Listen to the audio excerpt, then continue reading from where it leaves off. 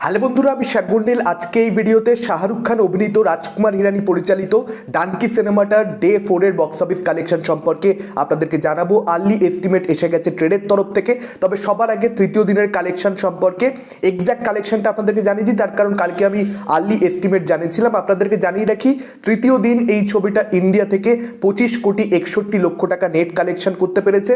আপনাদের নিশ্চয়ই মনে আছে, প্রথম দিন ছবিটার কালেকশন ছিল 29,20,00,000, দ্বিতীয় দিন কালেকশন ছিল 20,12,00,000, অর্থাৎ 3 দিন মিলিয়ে ছবিটার নেট কালেকশন ছিল 74,93,00,000 টাকা, প্রায় 75 কোটি টাকা নেট। অন্যদিকে ওয়ার্ল্ড ওয়াইড গ্রস কালেকশনের কথা যদি বলি, প্রথম দিন ছবিটার ওয়ার্ল্ড ওয়াইড গ্রস কালেকশন ছিল 58 কোটি টাকা, দ্বিতীয় দিন ছিল ওয়ার্ল্ড ওয়াইড গ্রস কালেকশন 45,40,00,000 টাকা, তৃতীয় দিন ছিল 53,82,00,000 টাকা।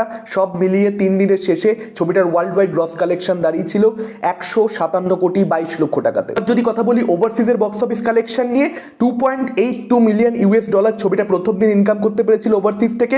দ্বিতীয় দিন খুব স্বাভাবিকভাবে একটা সামান্য ড্রপ দেখতে পাওয়া গেছিল, কিন্তু ভালো হোল্ড ছিল ছবিটার। উইকডেজ ছিল যে কারণে একটা ড্রপ এসেছিল। $2.48 মিলিয়ন ছবিটা দ্বিতীয় দিন ওভারসিজ থেকে ইনকাম হয়। তৃতীয় দিনে $2.84 মিলিয়ন কিন্তু ছবিটা ইনকাম করতে পারে। অতএব বুঝতেই পাচ্ছেন, প্রথম দিনের থেকে বেটার কালেকশন ওভারসিজে কিন্তু তৃতীয় দিন হয়েছে, এবং সম্মিলিতভাবে 3 দিনের শেষে ওভারসিজ থেকে $8.14 মিলিয়ন ইনকাম হয়েছে। ড্রামা ছবি হওয়া সত্ত্বেও এই কালেকশনটা কিন্তু বেশ ভালো, এবং ফার্স্ট উইকেন্ডটা মানে রবিবার সোমবার মিলিয়ে ওভারসিজের কালেকশনটা কিন্তু বেশ ভালো পরিমাণই আসতে চলেছে, এরকমটা অনুমান করা যায়। শাহরুখ খানের ওভারসিজে যে একটা মারাত্মক পাওয়ার রয়েছে, স্টারডাম রয়েছে, সেটা কিন্তু ডানকির ক্ষেত্রে আরও একবার প্রমাণিত হয়ে যায়। এবার আমরা যদি চলে আসি চতুর্থ দিনের বক্স অফিস কালেকশন নিয়ে, আপনাদেরকে আমি জানিয়ে রাখি 29,25,00,000 থেকে 30,25,00,000 টাকা নেট কালেকশন ইন্ডিয়াতে চতুর্থ দিন ছবিটার হতে চলেছে।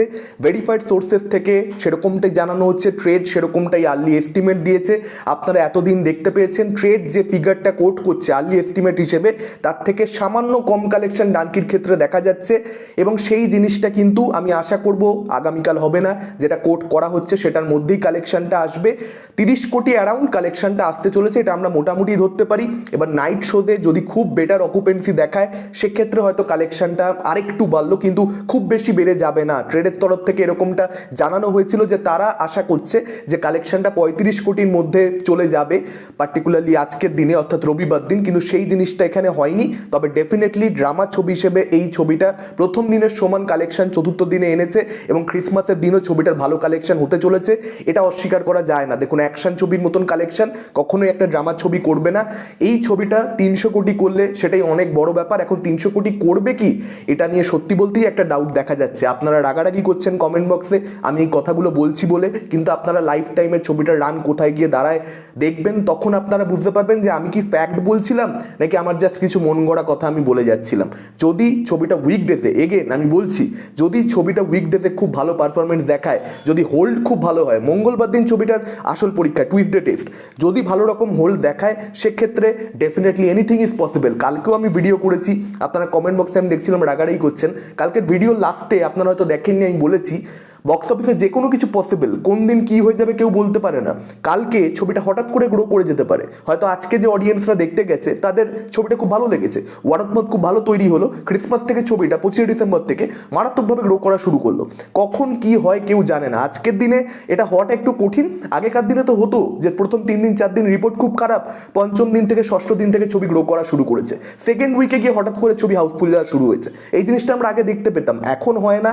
এত বেশি ভিড় ভাড়াক্কা ছবি পরপর রিলিজ হচ্ছে।